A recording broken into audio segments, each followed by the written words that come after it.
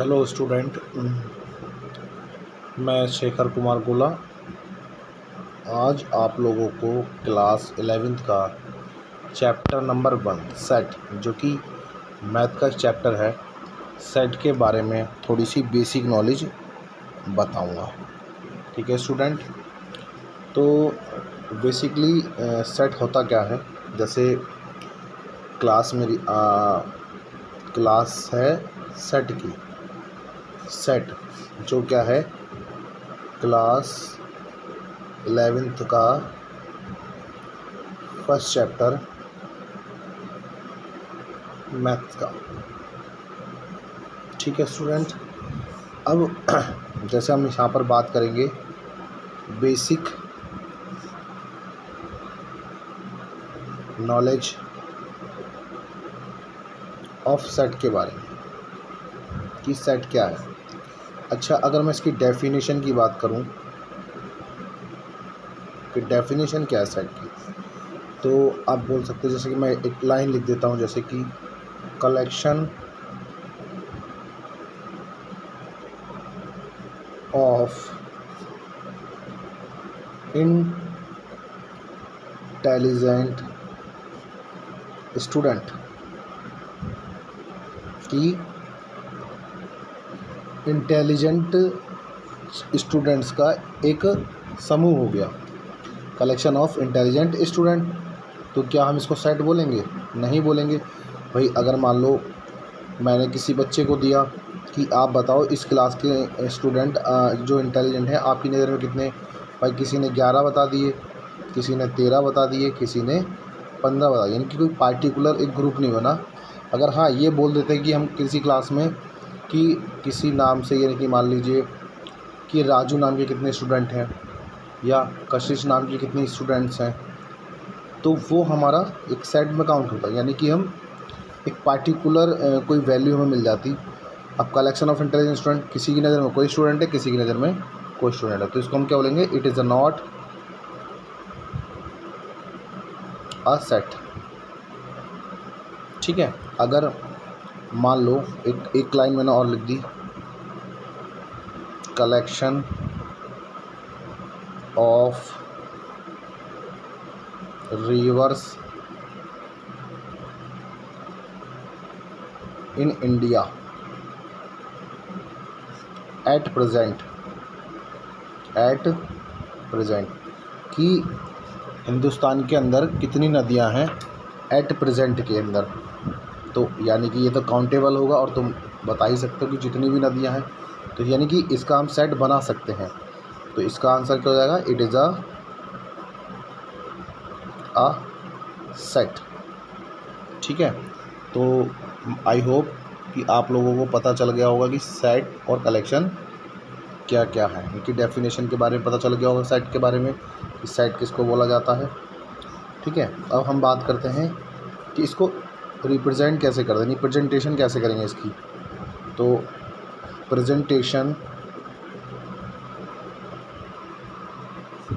Of set वो हम किस प्रकार से करेंगे। ठीक है, तो इसके दो टाइप हैं बेटा। There are 2 types of sets.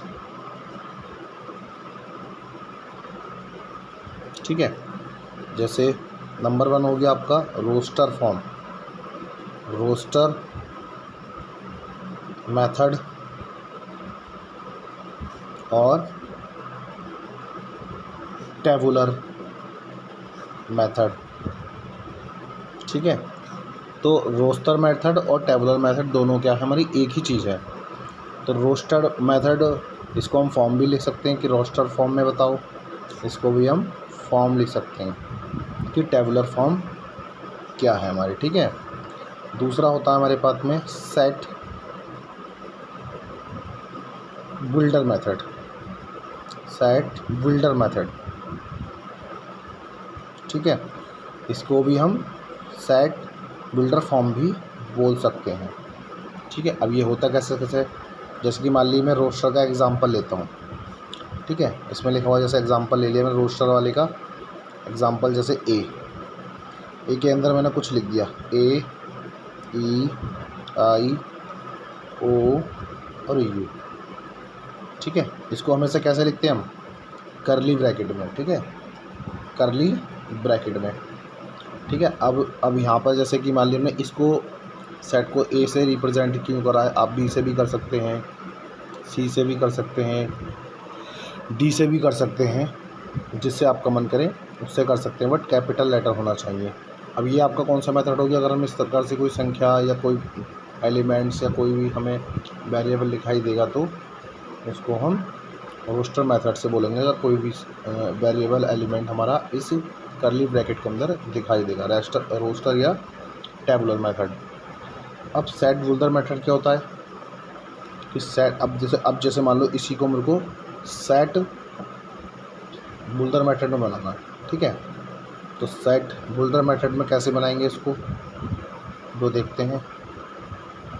ठीक है, लिखते हैं ए, तो उसमें सबसे पहले लिख देते हैं x.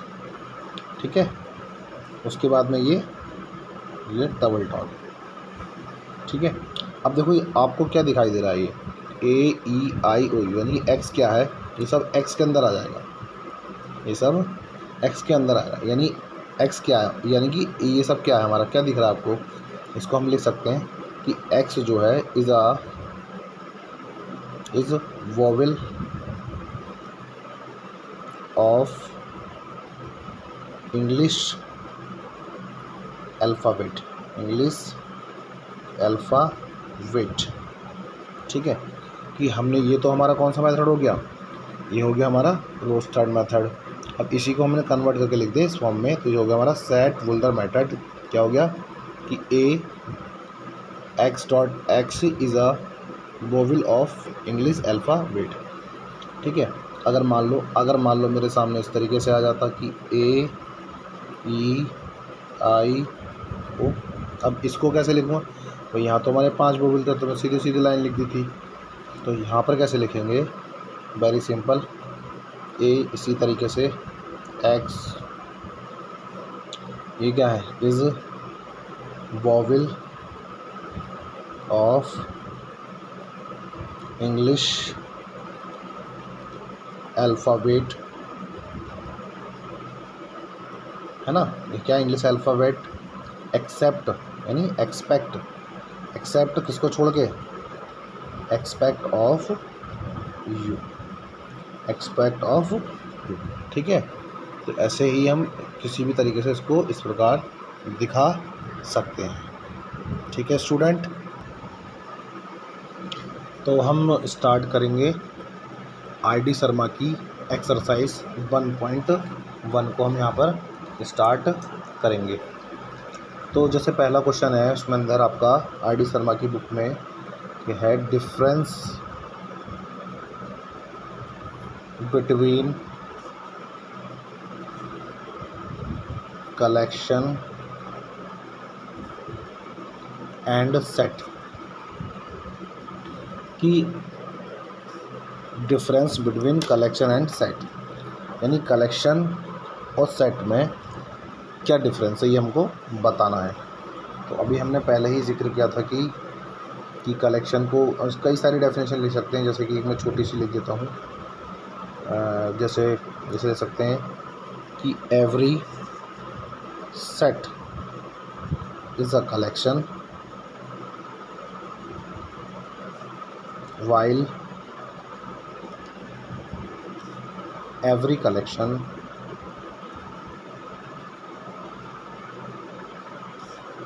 is not a set। ठीक है, एक दूसरी भी लिख सकते हैं, लिख दो उसको कि collection need not be well defined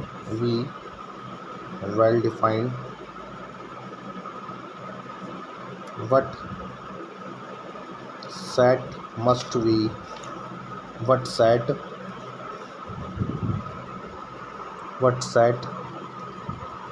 must be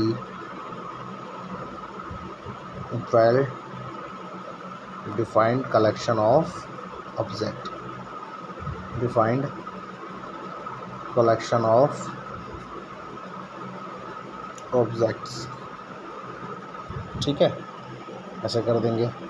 अब जैसे पहला क्वेश्चन हमारा ख़त्म हो गया आर डी शर्मा का, और डेफिनेशन भी लिख सकते हो आप जो आपकी समझ में आया हो। सेकंड का फर्स्ट पार्ट है कि इसमें बताना है सेट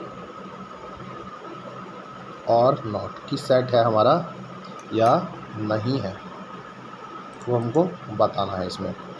जैसे इसमें पहला लिखा हुआ है ए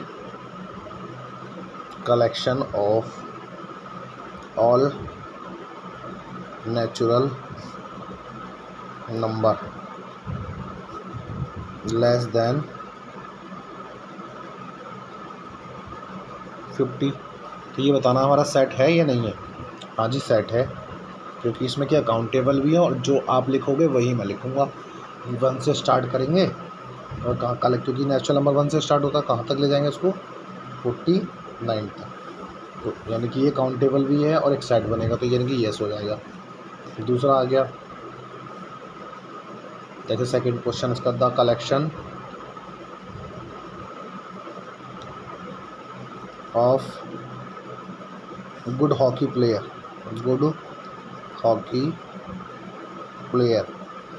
की collection of good hockey player in India.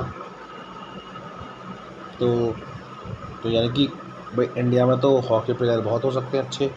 अगर वो क्या था कि इंडियन टीम के हॉकी प्लेयर होते या पार्टिकुलर किसी चीज़ के होते तो वो सेट बनता, तो ये सेट नहीं है, नो। और एक चीज़ और भी लिख सकते कि गुड की कोई डेफिनेशन नहीं होती, गुड बैड की कोई डेफिनेशन नहीं है, तो इसका नो हो जाएगा। जैसे इसी का मैं 7th पार्ट उठा लेता हूँ, a collection of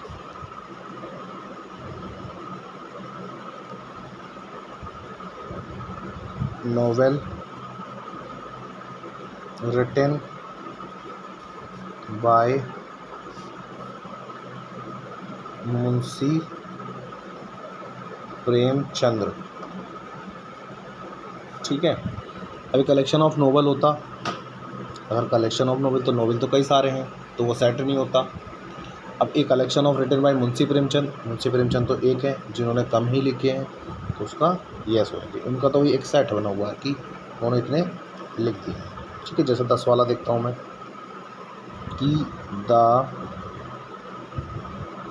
collection of prime integers. ठीक है, तो ये तो हो सकता है। अब जैसे कि मान लो इंटीजर्स कौन से होते हैं, -2, -1, 0, इधर 1 प्लस में 2, 3। ठीक है, अब इसके अंदर प्राइम भी लग गया, तो प्राइम में क्या हो जाएगा बेटा, प्राइम नंबर क्या होते हैं, नंबर हैविंग ओनली 2 फैक्टर्स। जैसे कि नंबर्स की जैसे लिख सकते हैं यहाँ पे, नंबर हैविंग ओनली 2 फैक्टर। ठीक है, 2 ही फैक्टर हो सकते हैं, जैसे कि जैसे कोई नंबर 2 हो गया, 3, 5, 7 और 11। ठीक, इसका फैक्टर 2 × 1 होगा, इसका फैक्टर 3 × 1 होगा, इसका फैक्टर 5 × 1 होगा, इसका फैक्टर 7 × 1। सबका 1 1 कॉमन आ रहा है, तो खुद वो नंबर है, तो इसका भी जो आप लिखो वही, तो इसका भी हमारा है करेक्शन बन सकता है, यानी कि येस हो जाएगा।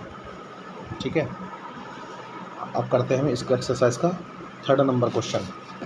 तो 3rd नंबर क्वेश्चन करने के लिए पहले मैं आपको थोड़ा सा कुछ बता देता हूँ कैसे।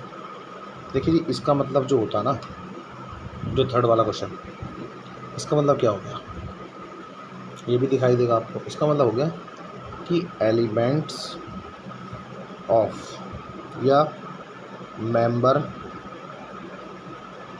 ऑफ या बिलोंग